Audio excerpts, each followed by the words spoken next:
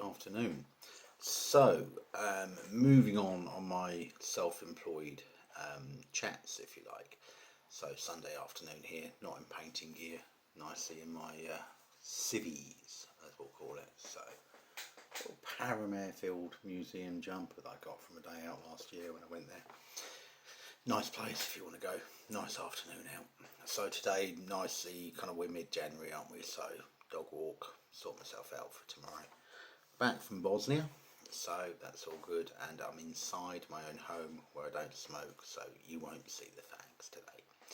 So moving on from sort of chats from newly self-employed, I thought it might be handy if I tell, so over the course of the next few weeks, 4 or 5 stories from over the years. And don't forget, I've been kind of self-employed for kind of on and off really for 30 years.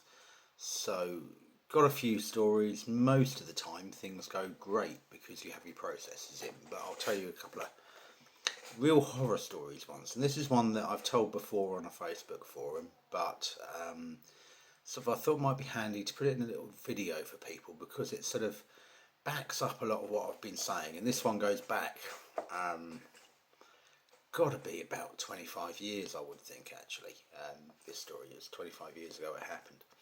So I was fairly sort of young and fairly new to the game, and sort of had been used to I'd been doing a lot of commercial site work, carpet cleans and stuff, so was fairly not that well up on domestic works, and I'd been lucky.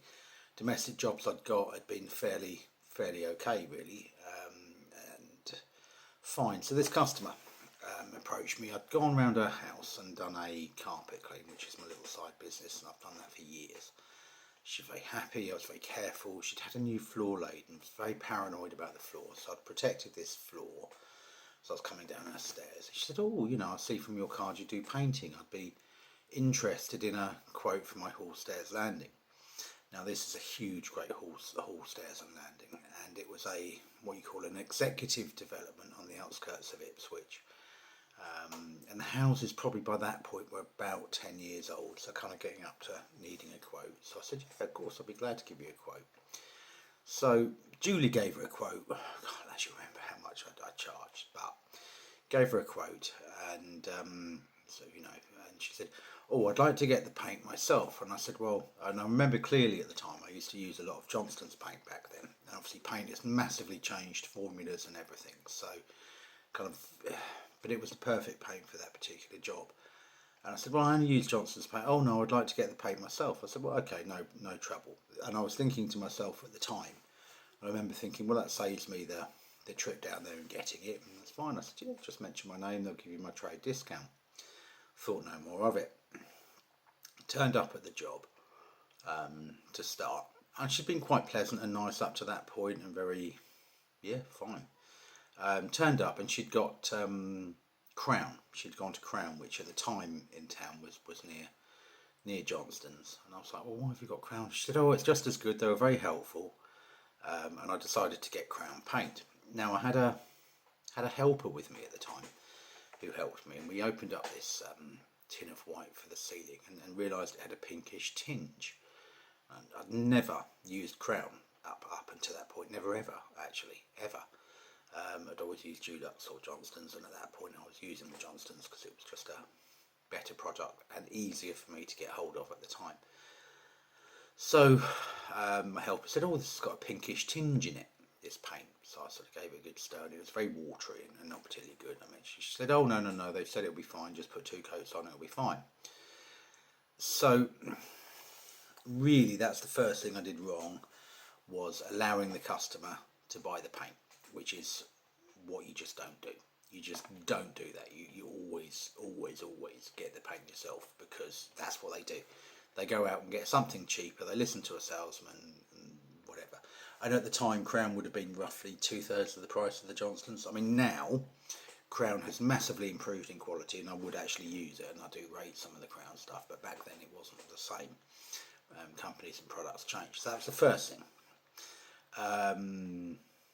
Before quoting, she told me that her father had been a painter and had taught her how to paint. So I was like, okay, well, why do you want us to do it? Well, I'm very busy. I work from home, and back then that was unusual. It was in the early days of the internet, but it could be done. And she said, oh, I work from home, so I don't really have time to do the painting myself. I said, okay, no problem. So kind of went along, and I'd done probably about 3 days of the job. So that would have been the prep work, the filling, possibly we'd started to put paint on, possibly. So all going fine and well. So my helper, he would normally come about 10. I think he was doing something else first thing, and then he would come help me until about 4, which was fine. I knew that, and that was fine. But she'd always say, well, why is he so late? I was like, well, he doesn't start till 10. He does 10 till 4 for me. He does one shift like that. And that's not really any of the customer's business. And if someone said that to me now, I'd be like, look, that's not really any of your concern. You've been charged for the job. The job's getting done. If you're not happy, we can happily leave. Not a problem. But anyway, so that was just, she kept niggling about that. And just sort of before I begun the job, so as I quoted it, she said, oh, I've actually got a dust sheet you can use, which is a very odd thing to say. I still get people ask, do you bring your own dust sheets, which, given the quality of some of the people you get these days, I can understand why someone would ask that question. Obviously you'd assume that a painter would, but you know, I was like, yeah, we got all our dust sheets. So I said, oh, how come you got a dust sheet then? She said, oh, well, when the house was built, we had some problems with the painting, and they had to come back and keep painting, and in the end it got so stressy they just left a load of stuff behind. Red flag. And she told me that before I'd quoted and accepted the job. Now, if you said that to me now, I probably wouldn't accept the job on the back of that. She then went on, as I was quoting and looking round, saying how awful she was finding it to get tradesmen, and how they couldn't give the quality, how her father had taught her things, and if she ever went for another house, she'd build it herself and direct the people herself, because she knew all about the building trade. Now, if you said that to me now, I would be gone, quite literally. I'd normally do this painting myself, but you know, I'm just so busy. So again, if someone said that to me now, I'd be gone. But I was fairly young, fairly green, and didn't really think much of it. Just thought, oh, well, it's a painting job. So on the first day of the job, starts talking about her. Just sort of clock this one, and bear it in mind for the twist in the tale, if you like. So she said, oh, I've got this wonderful son. He went to one of the local public schools, you know, these private schools, fee-paying schools. Oh, he's wonderful. He's going to do great things. He's into his music at the moment. He's playing a guitar. He's doing this and that. So kind of at the end of the first day, this guy turns up from school, kind of long-haired, looked stoned to me. I was thinking, right, and even my helper was like, Jesus, some people just, they have everything but no idea. So, and vehicles outside, I think she had a BMW and a Lexus. House now is worth over $1 million, so kind of gives you an idea of sort of house it was and stuff. So, going fine.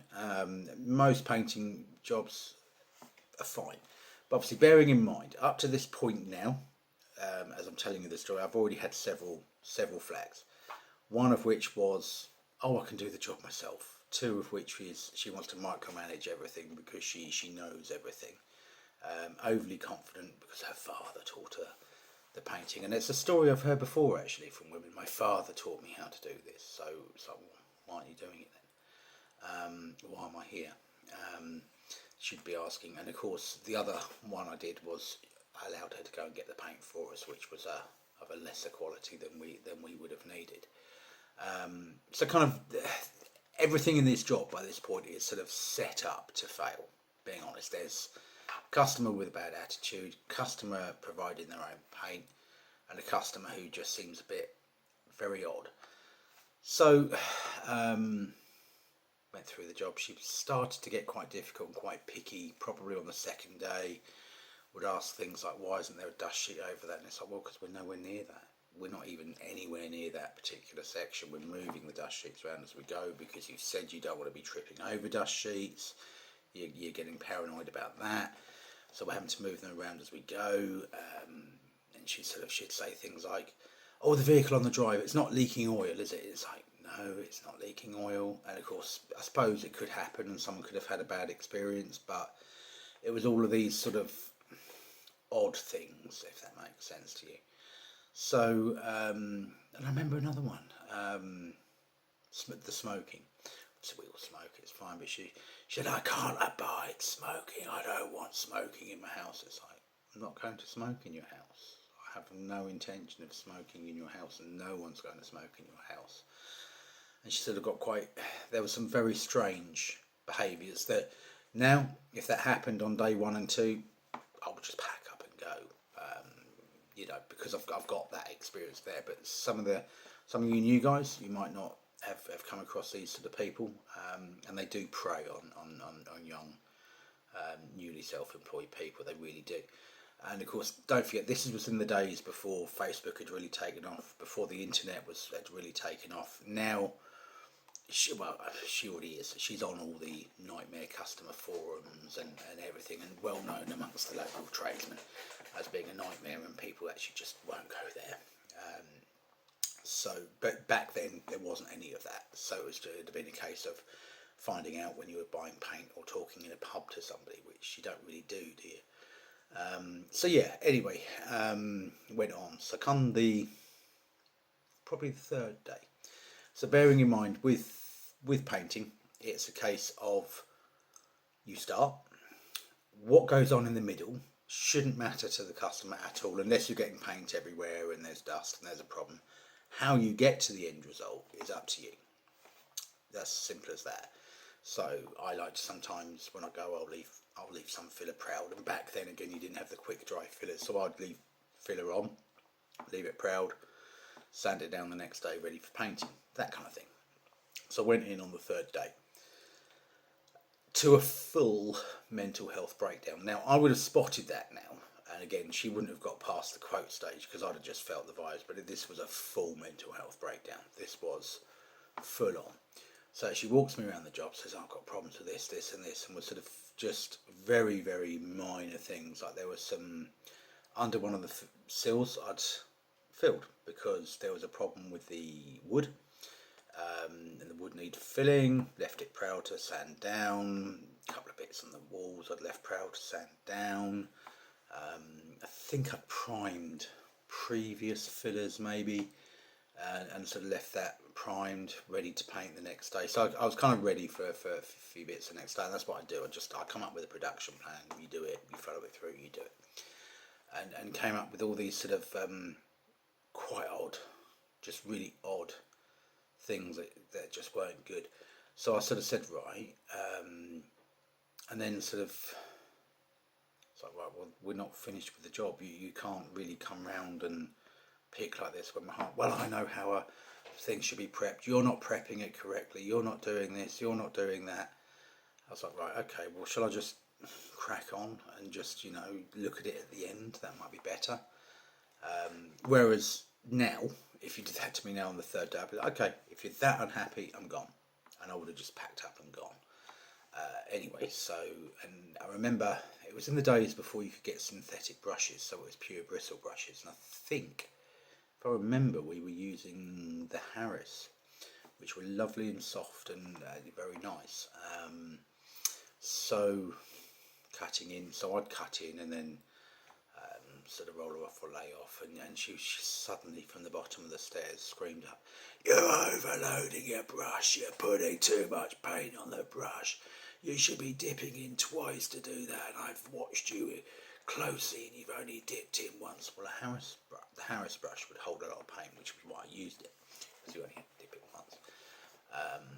Obviously, if you're using a cheaper DIY brush, yeah, you would be dipping in more than that.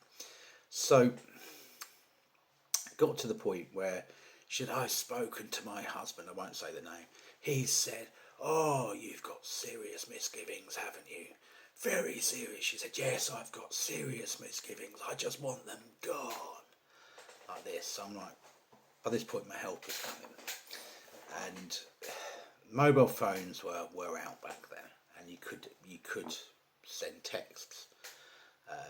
So kind of we texted each other from the job, because the atmosphere was awful in the house by that point. and she'd had this outburst. Then she had another outburst about something to do with a light, where we were rollering a ceiling, and she had this chandelier thing. You've got to cover the whole chandelier. It should really be taken off.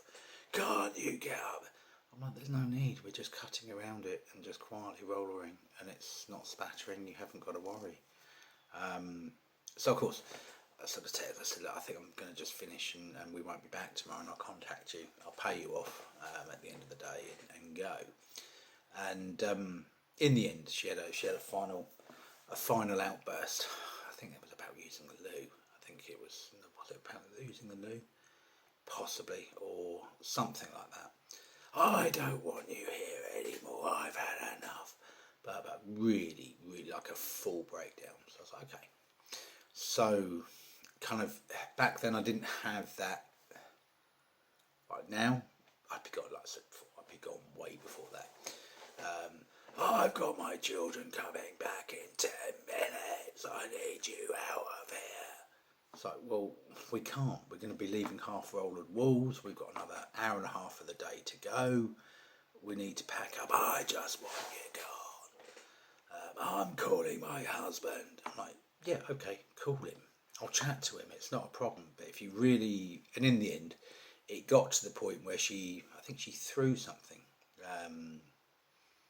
She threw possibly like a cushion or something across the room, just in absolute, and I just was like, right, okay, we're going to go.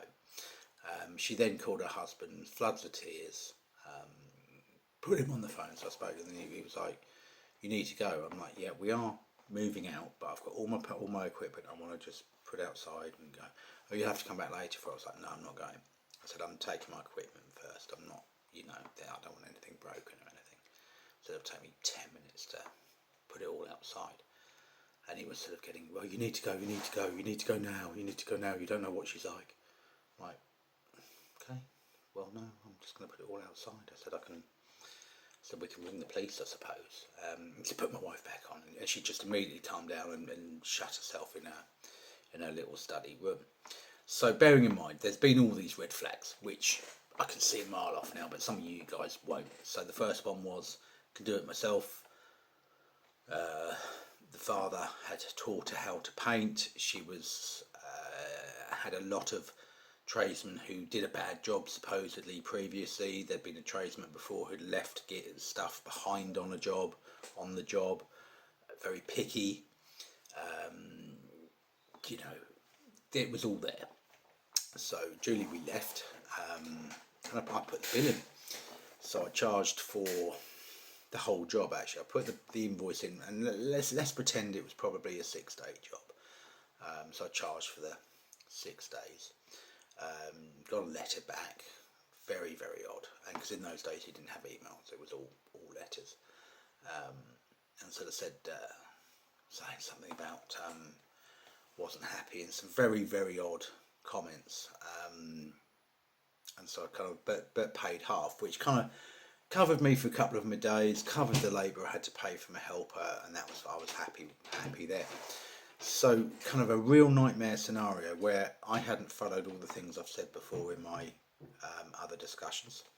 So in the end, I chalked it up to experience and said, no, do you know what, that's enough. So Q last year had a call to do a customer in the same road that she lived in, and then sort of I know this road, and I guess after that, when I was like out delivering leaflets or something, I wouldn't ever leaflet that road because I was always concerned about her turning up and stuff. So anyway, turned up to this customer's house. I said I did a job many years ago for a client across the road. Is she still there? And he said, oh yeah. He said, well known. So back then she was kind of slim, just kind of, a housewife or whatever, working from home. So he said, just watch yourself with her. I was like, all right, why is that? He said, well, the son's now got several convictions for drug dealing, John Ebrington. You'd be interested in that case as to why he's got so many convictions for drug dealing. Apparently he'd been warned about racing his car up and down the street several times. Still living at home, so the son by this point would have been kind of mid-30s probably. And apparently he was a real nasty piece of work. And I saw him a couple of times and he just looked, yeah, odd. And the woman, I did actually see her. So I'm sat in my van, you know, like I do, having a break or whatever, maybe chatting to one of you, you never know. Yeah, out she came. I'm not kidding you. A beast. Looked just absolutely just horrific and just very old, very tired, obese, and very ill. And the chap across the road said, yeah, he said she's got horrendous problems. Nobody will go to her house to do any work because she's always complaining. Apparently she chased a plumber out of the house one day with a stick in her hand, and the police are multiple times attending the house, etc., etc. So the twist in the tale is this woman who's sort of been bullying tradesmen and sort of acting the idiot, ended up in a not very good place in life completely. But yeah, these sort of people are out there and they're going to try and hire you. So just be aware of who they are and watch out for those little triggers and those red flags that they give, because they are there. And that's an extreme tale, but if you don't watch out for these people, that's how it can end. And trust me, that was a very, very stressful 3 days.